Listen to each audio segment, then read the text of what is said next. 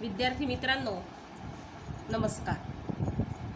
मागच्या तासाला आपण जो धडा सुरू केला होता विज्ञानाचा, सजीव सृष्टी व सूक्ष्मजीवांचं वर्गीकरण, त्यामध्ये आपण काय काय बघितलं हे आधी विचारात घेऊ. Biodiversity and need of classification हे आपण बघितलं.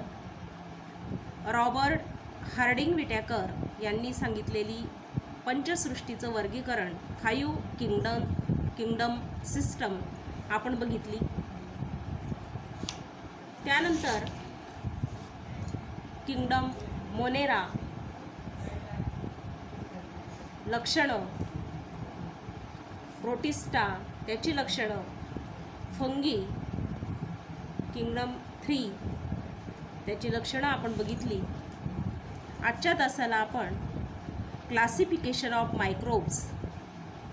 आता मायक्रोब्स म्हणजे काय, तर सूक्ष्मजीव जे आपल्या डोळ्यांनी सुद्धा दिसू शकत नाहीत असे सूक्ष्मजीव, त्यांचं वर्गीकरण तक्त्यामध्ये दिलेलं आहे बघा. मायक्रो ऑर्गॅनिझम्स, मायक्रो म्हणजे सूक्ष्म आणि ऑर्गॅनिझम्स सजीव. सूक्ष्मजीव जे आहेत त्यांचं वर्गीकरण आदिकेंद्रकी आणि दृश्यकेंद्रकी मीन्स प्रोकॅरियोट्स अँड यूकॅरियोट्स. मागच्या तासाला हेही आपण बघितलं की प्रोकॅरियोट्स यामध्ये nucleus is not well defined and eukaryotes यामध्ये न्यूक्लियस इज वेल डेव्हलप. म्हणजे न्यूक्लियसच्या भोवती जे मेम्ब्रेन असतं ते यूकॅरियोट्समध्ये प्रेझेंट असतं आणि न्यूक्लियस भोवती सेल मेम्ब्रेन जे असतं ते प्रोकॅरियोट्समध्ये ॲबसेंट असतं. हा महत्त्वाचा फरक प्रोकॅरियोट्स आणि यूकॅरियोट्स यांच्यामध्ये आहे. सूक्ष्मजीव किती सूक्ष्म असतात, तर त्यांच्या आकारासंदर्भात बाजूला एक टेबल दिलेला आहे बघा निळ्या अक्षरामध्ये. 1 मीटर म्हणजे 10⁶ मायक्रोमीटर, म्हणजे 10⁶ ही जी संख्या आहे ही खूप मोठी आहे आणि त्याचे मायक्रोमीटर जेवढे होतील, जेवढे स्मॉलेस्ट पार्टिकल 1 मीटरचे तेवढे भाग जर आपण केले तर तेवढे छोटे छोटे जे भाग असतील त्याला आपण मायक्रोमीटर असं म्हणतो. म्हणजे 10⁻⁴ 1/10⁻⁴. 10⁻⁴ म्हणजे आपल्याला माहिती 10वर आणखी 5 झिरोज त्या ठिकाणी येतील आणि आपल्याला लक्षात येईल की मायक्रोमीटर हे किती स्मॉलेस्ट युनिट आहे. हे जे मायक्रोमीटरमध्ये युनिट आहे यामुळे आपल्या डोळ्यांनी आपल्याला हे सूक्ष्मजीव दिसत नाहीत. त्यांचा अभ्यास करण्यासाठी आपल्याला इलेक्ट्रॉन मायक्रोस्कोपची गरज असते. त्याच्याहूनही स्मॉल युनिट दिलं आहे खाली बघा. 1 metre is equal to 10⁹ nanometre. म्हणजे मायक्रोमीटरपेक्षाही छोटं युनिट नॅनोमीटर आहे. आणि ह्या सूक्ष्मजीवांची जी साईज असते ती मायक्रोमीटरमध्ये आणि नॅनोमीटरमध्ये देण्याची पद्धती आहे. कारण हे सूक्ष्मजीव अतिसूक्ष्म असल्यामुळे आपल्या डोळ्यांनी ते नीट दिसत नाहीत आणि म्हणून त्यांचा अभ्यास आपल्याला मायक्रोस्कोप खाली करावा लागतो. मग मायक्रो ऑर्गॅनिझम्सचं वर्गीकरण आपण 2 भागात केलं. एक प्रोकॅरियोट्स आदिकेंद्रकी, दुसरं यूकॅरियोट्स म्हणजे दृश्यकेंद्रकी. आता आदिकेंद्रकी जे सजीव आहेत, सूक्ष्मजीव आहेत ते कोणते, तर जीवाणू आहेत. आणि दृश्यकेंद्रकी यूकॅरियोट्स कोणकोणते आहेत, तर प्रोटिस्टा आदिजीव, फंगी कवक आणि अल्गी म्हणजे शैवाल. अशा पद्धतीने मायक्रो ऑर्गॅनिझम्सचं वर्गीकरण आपल्याला टेबलमध्ये दिलेलं आहे. आता सूक्ष्मजीव आहेत आदिकेंद्रकी जीवाणू, त्यांचा अभ्यास आपल्याला बॅक्टेरियाचा अभ्यास करायचा आहे. आकृतीमध्ये आपल्याला गोलाणू दिसत आहेत, कॉकस दिसत आहे, कोकोबॅसिलस दिसत आहे, दंडगोलाणू दिसत आहे, बॅसिलस दंडाणू दिसत आहे, वायब्रिओ कॉमा शेप सूक्ष्मजीव आपल्याला दिसत आहे. स्वल्प विराम जसा असतो त्या पद्धतीने कॉमा जसा आपण काढतो तशी आकृती आपल्याला दिसते. काही स्पिरिलम दिसत आहेत, म्हणजे स्पायरल सारखे सर्पिल आकार असलेले सूक्ष्मजीव त्या आकृतीमध्ये दाखवलेले आहेत. हे सर्व जीवाणू बॅक्टेरिया आहेत. या बॅक्टेरियांचं जे स्ट्रक्चर आहे ते आपल्याला वहीमध्ये यांच्या आकृत्या काढायच्या आहेत. मागच्याही तासाला मी तुम्हाला वहीत काही आकृत्या काढायला सांगितलेल्या होत्या, त्या तुम्ही काढल्या असतीलच. या तासाला सुद्धा या 1.7 तक्त्यातल्या ज्या आकृत्या दिसत आहेत बॅक्टेरियाच्या त्या आपल्याला वहीमध्ये काढायच्या आहेत. यांचे काय काय लक्षणं आहेत, कॅरेक्टरिस्टिक्स काय आहेत ते बघूया. बॅक्टेरिया आर युनिसेल्युलर, म्हणजे एकपेशीय सजीव आहे. इंडिपेंडंट, म्हणजे ते कुणावरही अवलंबून नसतात. पॅरासिटिक, म्हणजे काही वेळेला ते दुसऱ्या सजीवांवर अवलंबून असतात. Sometimes many bacteria together form colonies, काही वेळा हे जे बॅक्टेरिया आहेत ते एकत्र येतात आणि एकत्र येऊन त्यांची वसाहत कॉलनी तयार करतात आणि दुसऱ्या सजीवांवर ते अटॅक करतात. त्यानंतर दुसरं कॅरेक्टरिस्टिक्स आहे bacterial cell is prokaryotic with cell wall, ते प्रोकॅरियोटिक आहेत आणि सेल वॉल प्रेझेंट असते. बट डिस्टिंक्ट न्यूक्लियस और cell organelles are absent. Nucleus and cell organelles are absent. मी सांगितलं प्रोकॅरियोटिक असल्यामुळे त्यांचं जे न्यूक्लियस आहे it is not well develop, म्हणजे न्यूक्लियसच्या भोवती जे सेल मेम्ब्रेन असतं that is absent. So here second characteristic, important characteristic is given.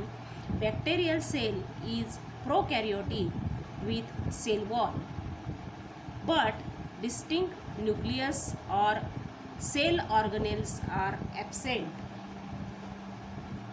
Third characteristic is they reproduce by simple binary fission, म्हणजे त्यांचं जे प्रजनन आहे ते एका पेशीचे दोन भाग करून, ज्याला आपण द्विखंडी भवन असं म्हणतो, एका पेशीचे दोन पेशींमध्ये रूपांतर होतं, दोन पेशींचं चार पेशींमध्ये रूपांतर होतं. या पद्धतीने ते रिप्रोड्यूस करतात, प्रजनन करतात. Fourth characteristic is in favourable conditions bacteria grow vigorously and can double their number in 20 minutes, म्हणजे अनुकूल परिस्थितीमध्ये जीवाणू जे आहेत ते प्रचंड वेगाने वाढतात. किती प्रचंड वेगाने वाढतात तर 20 मिनिटातच त्यांची संख्या दुप्पट होते. आणि म्हणूनच ज्यावेळेला बॅक्टेरियामुळे एखादा आजार आपल्याला होतो त्यामुळे एका तासात आपल्या शरीरात त्यांची संख्या 5 पटीने वाढते आणि आपण आजारी पडतो. बॅक्टेरियामुळे अनेक आजार आपल्याला झालेले माहिती असतील. आता मायक्रो ऑर्गॅनिझम्स, यामध्ये जे आपण बघितलं की प्रोकॅरियोट्स आणि यूकॅरियोट्स.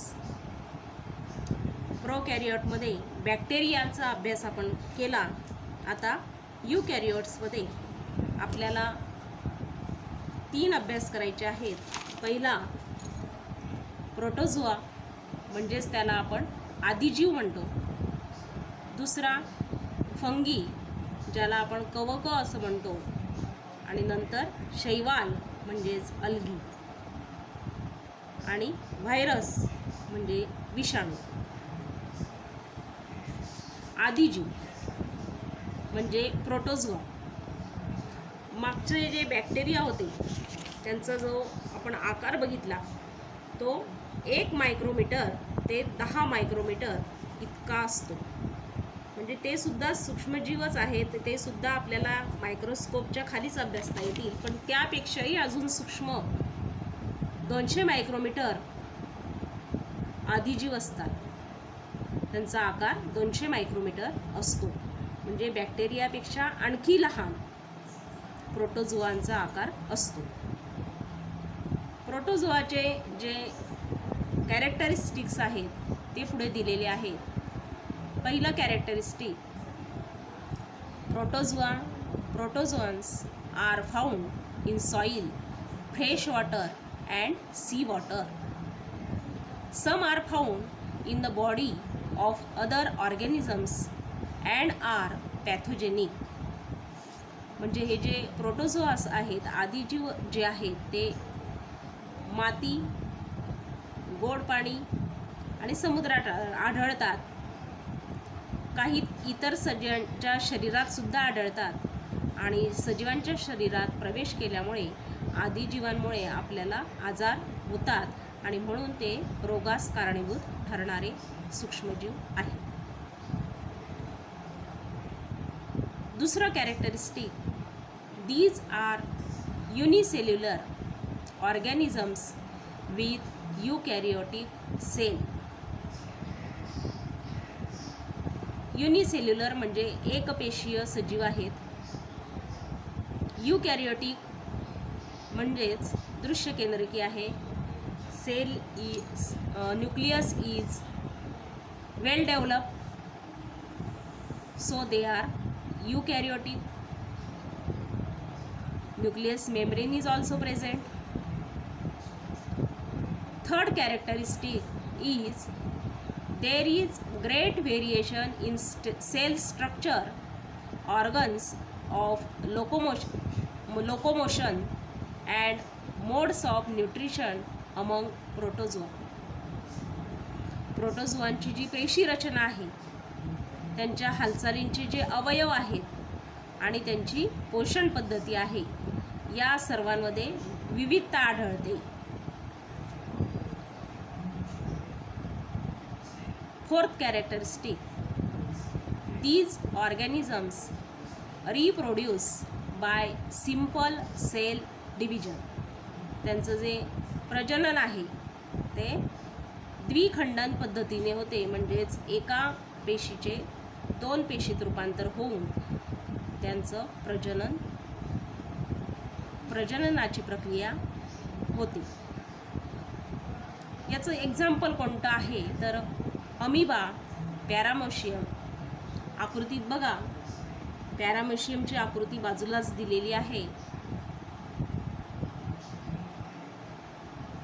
त्या आकृतीमध्ये आपल्याला बारीक बारीक केसासारखे भाग त्याच्या अवतीभोवती आपल्याला दिसत आहेत. दीज आर फॉर लोकोमोशन, म्हणजे हालचालीसाठी यांचा उपयोग या आदिजीवांना होतो. एंटामिबा हिस्टेलिटिका हे दुसरं उदाहरण आहे. अमिबा आणि पॅरामेशियममुळे वेगवेगळ्या गढूळ पाण्यामध्ये ते राहतात, स्वतंत्र जीवन जगतात. They are free living in dirty water, गढूळ पाण्यामध्ये राहणारे आणि फ्री लिव्हिंग म्हणजे स्वतंत्र जीवन जगणारे असे अमिबा आहे.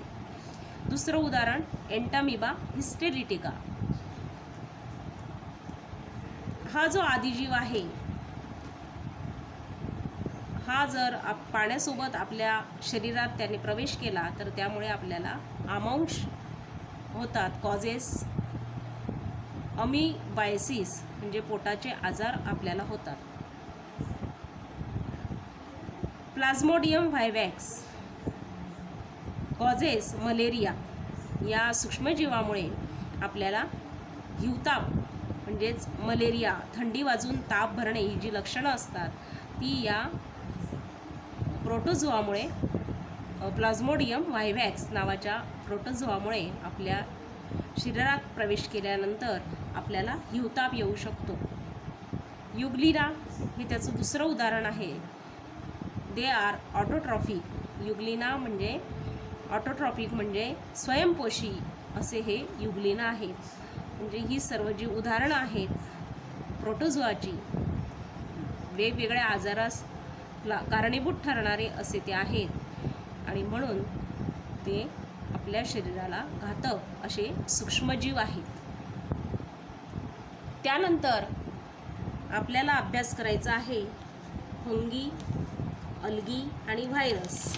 हे जे तिघं भाग आहेत ते युकॅरियोटिकमध्ये येतात, दृश्य केंद्रकीमध्ये येतात आणि they are also micro organism. ते सुद्धा सूक्ष्म सजीवच आहे. पॅरामेशियमची आकृतीसुद्धा आपण वहीमध्ये काढायची आहे. त्यानंतर जी कवक आणि शैवाल विषाणू यांचा अभ्यास आपण पुढच्या तासाला करणार आहोत. नीट लक्षात ठेवा, आजच्या तासाला आपण बघितलं की सूक्ष्मजीव जे आहेत मायक्रो ऑर्गॅनिझम्स त्यांचे दोन भाग प्रोकॅरियोटिक आणि युकॅरियोटिक. प्रोकॅरियोटिक याच्यामध्ये जे येतात दीज आर बॅक्टेरिया आणि युकॅरियोटिकमध्ये जे येतात these are protozoa, fungi, algae and viruses. यांचा सर्व सूक्ष्मजीवांचा अभ्यास, त्यांची लक्षणं आता आपण पुढच्या तासाला बघणार आहोत.